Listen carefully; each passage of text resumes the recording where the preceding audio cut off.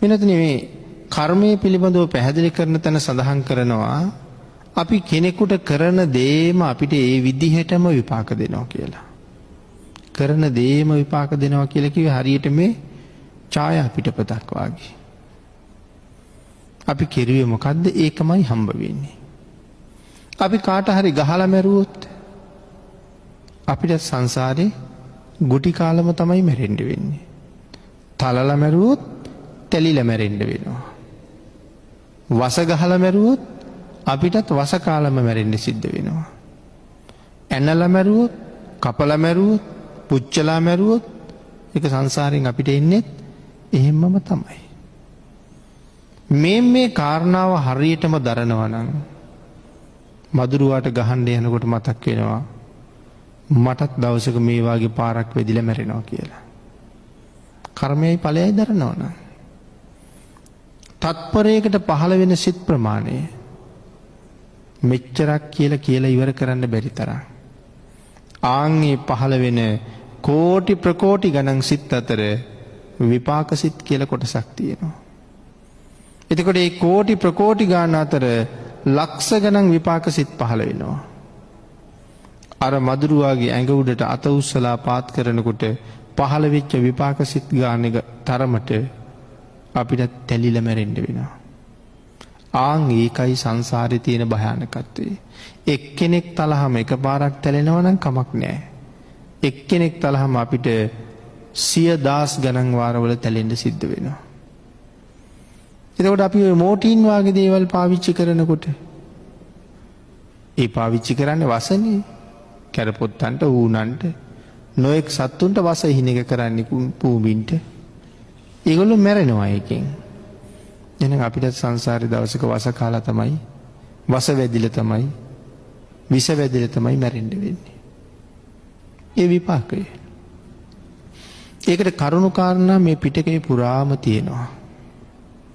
අපි පින්නතුන්ට මතකයි අපේ අග්‍ර ශ්‍රාවකයන් වහන්සේ මහමුගලන් මහරහතන් වහන්සේ රහත් වෙලා අන්තිම ජීවිතෙත් ඇටකෝටු අබෑට තරමට කුඩු වෙනකන් හොරුන්ගෙන් පහර කාලා තමයි උන්වහන්සේ පිරිනිවන් පෑවේ.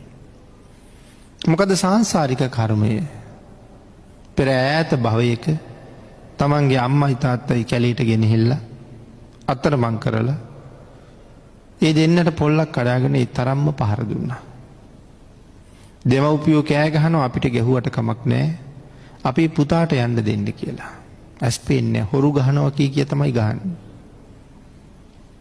නමුත් පුතාට යන්න දෙන්න කියලා දෙමව්පියෝ කෑ ගහනවා පුතා තමයි එහෙම කියන මව්පියන්ට ගහන්නේ. බිරිඳගේ ඉල්ලීම නිසා. නමුත් උන්වහන්සේට සංසාරේ ඒ විපාකේ එහෙම්මම ඇවිල්ලා නිවන් දැකපු මේ ආත්මෙත් ඒ විපාකේ එහෙම්මම විපාක දුන්නා. අපේට මතකද පූතිගත්ත තිස්ස තෙරුන් වහන්සේ අන්තිමට පුදුම විදිහට අසරණ වුණා.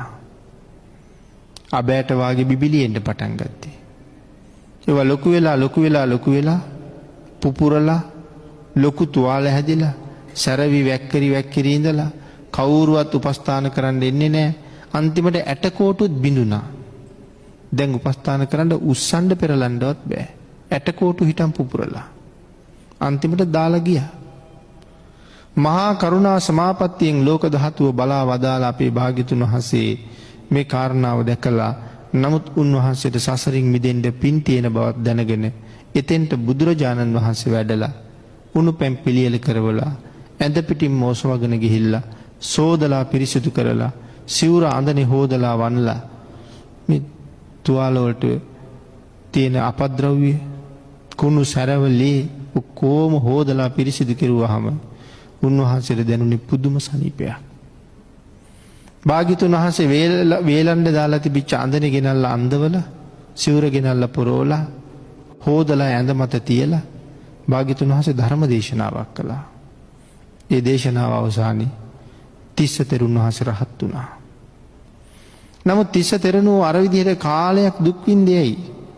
භාග්‍යතුන් වහන්සේ දේශනා කරනවා මොකද්ද සංසාරේ කරපු කර්මය කියලා. ඒ කර්මය තමයි ඒ කාලේ මේ කුරුළු මස් විකුණන වැද්දෙක් බොහෝ කුරුල්ලෝ අල්ලගෙන එනවා. අල්ලලා මිනිස්සුන්ට මරලා කුරුළු මස් දෙනවා. අල්ලගෙන ආපු කුරුල්ල ඔක්කොම ගේන්නේ මරලා නෙමෙයි. අල්ලලා තටු කපලා මේ කකුල් දෙක තලනවා. ඇටකොටු කුඩු කරනවා. කුඩු කරලා තියා ගන්නවා. එතකොට මැරිලා නැති හින්දා මස් නරක් වෙන්නේ නැහැ. නමුත් අතපය කුඩු කරලා තටු කඩලා හින්දා ඉගිල්ලෙන්න බෑ.